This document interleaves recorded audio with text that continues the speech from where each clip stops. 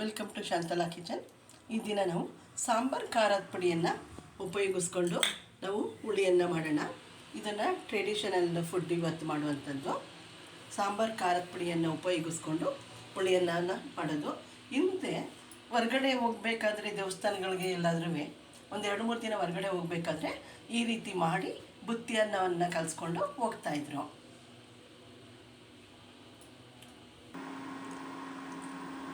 ಈಗ ಒಲೆ ಮೇಲೆ ಒಂದು ಬಾಣಲೆ ಇಟ್ಟಿದ್ದೀನಿ.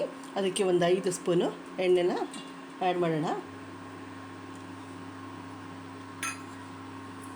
ಅಂದರೆ ಹುಳಿ ಅನ್ನದ ಪುಡಿ ಅದು ಇದು ಮಾಡಿಕೊಂಡು ಮಾಡೋದಕ್ಕಿಂತ ಮನೆಯಲ್ಲೇ ಇರುವಂಥ ಸಾಂಬಾರು ಖಾರದ ಪುಡಿಯನ್ನು ಉಪಯೋಗಿಸ್ಕೊಂಡು ಹುಳಿಯನ್ನು ಮಾಡುವಂಥದ್ದು.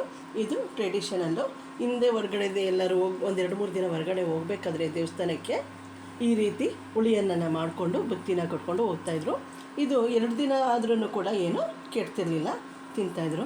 ಹುಳಿಯನ್ನು ಮೊಸರು ಅನ್ನ ಕಟ್ಕೊಂಡು ಹೋಗ್ತಾಯಿದ್ರು. ಈಗಾದರೆ ಹೋಗ್ಬೇಕಾದ್ರೆ ದಾರಿಯಲ್ಲಿ ಹೋಗ್ತಾ ಇರಬೇಕಾದ್ರೆ ಬಸ್ಸು, ಕಾರು, ಸ್ಕೂಟ್ರು ಯಾವುದ್ರಲ್ಲಾದರೂ ಹೋಗ್ತಾ ಇರ್ತೀವಿ. ರೋಡಲ್ಲಿ ಹೋಟೆಲ್ಗಳು, ರೆಸ್ಟೋರೆಂಟ್ಗಳು, ವೆರೈಟಿ ಫುಡ್ಗಳು ಎಲ್ಲ ಸಿಗುತ್ತೆ.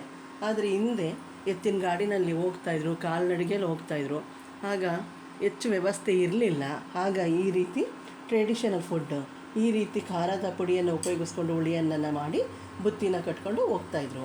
ಇದು 1-2 ದಿನ ಆದರೂ ಕೂಡ ಏನೂ ಕೆಡ್ತಿರಲಿಲ್ಲ. ಈಗ ನೋಡಿ, ಒಲೆ ಮೇಲೆ ಬಾಣಲೆ ಇಟ್ಟು ಎಣ್ಣೆ ಹಾಕಿದ್ದೀನಿ. ಈಗ ಅದಕ್ಕೆ ಸ್ವಲ್ಪ ಕಡಲೆ ಬೀಜನ ಸೇರಿಸೋಣ. ಈಗ ನೋಡಿ, ಕಡಲೆ ಬೀಜ ಹಾಕಿದ್ದೀವಿ, ಅದು ಸ್ವಲ್ಪ ಫ್ರೈ ಆಗ್ತಾಯಿದೆ.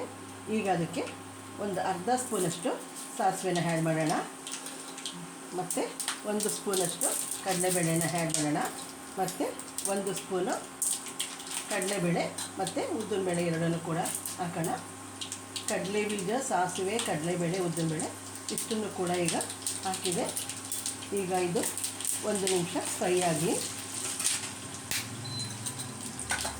ನೋಡಿ. ಇದಕ್ಕೆ 1-2 ಒಣಮೆಣಸಿನಕಾಯಿ ಕಟ್ ಮಾಡಿರೋದು ಹಾಕೋಣ. ಮತ್ತು ಇದಕ್ಕೆ ಹುಳಿಯನ್ನು ಅಂದರೆ ಮುಖ್ಯವಾಗಿ ಕರಿಬೇವಿನ ಎಲೆಗಳು ಮುಖ್ಯ, ಅದನ್ನು ಕೂಡ ಸೇರಿಸೋಣ. ಇಷ್ಟು ಕೂಡ 1 ನಿಮಿಷ ಫ್ರೈ ಆಗಿ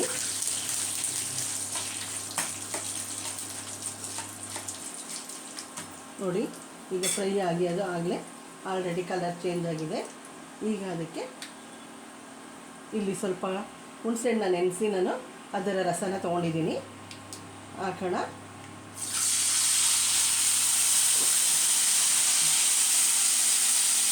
ಈಗ ಹುಣಸೆಹಣ್ಣಿನ ರಸ ಸ್ವಲ್ಪ 1-2 ನಿಮಿಷ ಅದು ಕುದೀಲಿ.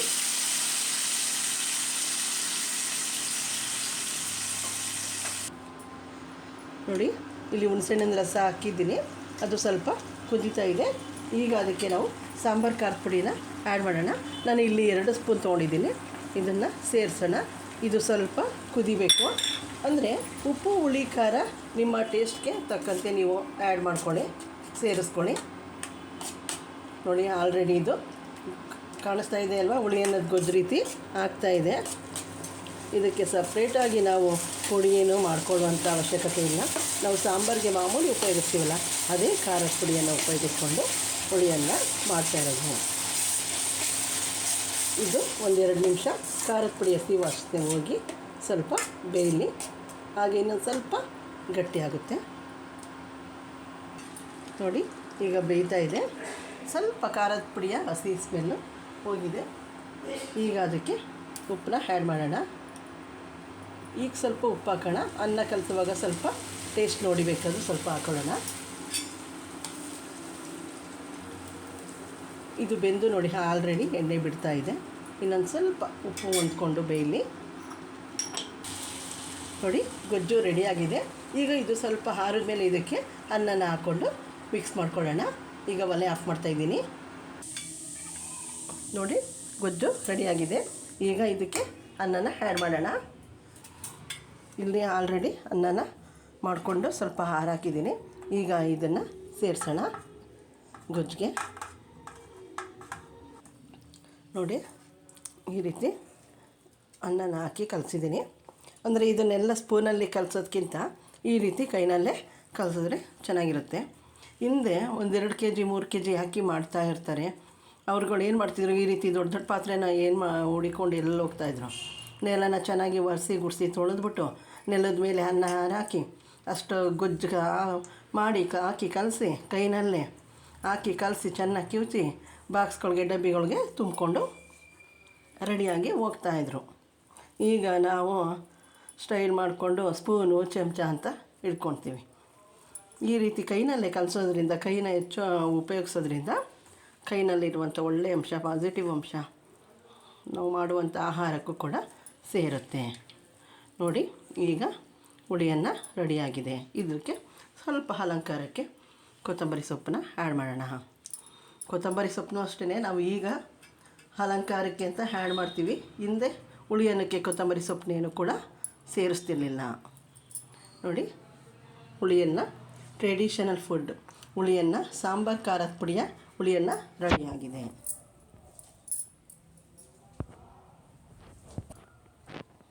ನೋಡಿ, ಟ್ರೆಡಿಷನಲ್ ಫುಡ್ಡು ಹುಳಿಯನ್ನು ಬುತ್ತಿಯನ್ನು ರೆಡಿಯಾಗಿದೆ.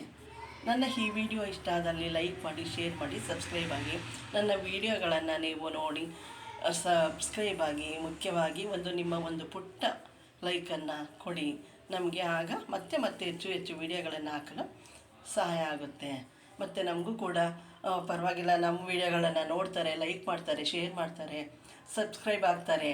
ತಡಿ ಮತ್ತೆ ಹೆಚ್ಚು ವಿಡಿಯೋಗಳನ್ನು ಹಾಕಿ ಮಾಡೋಣ, ನಮ್ಮ ಫುಡ್ಗಳನ್ನು, ನಮ್ಮ ಆಹಾರಗಳನ್ನು ತೋರಿಸೋಣ ಅನ್ನೋ ಮನಸ್ಸು ನಮಗೂ ಕೂಡ ಬರುತ್ತೆ. ನನ್ನ ಈ thank you for my video watching.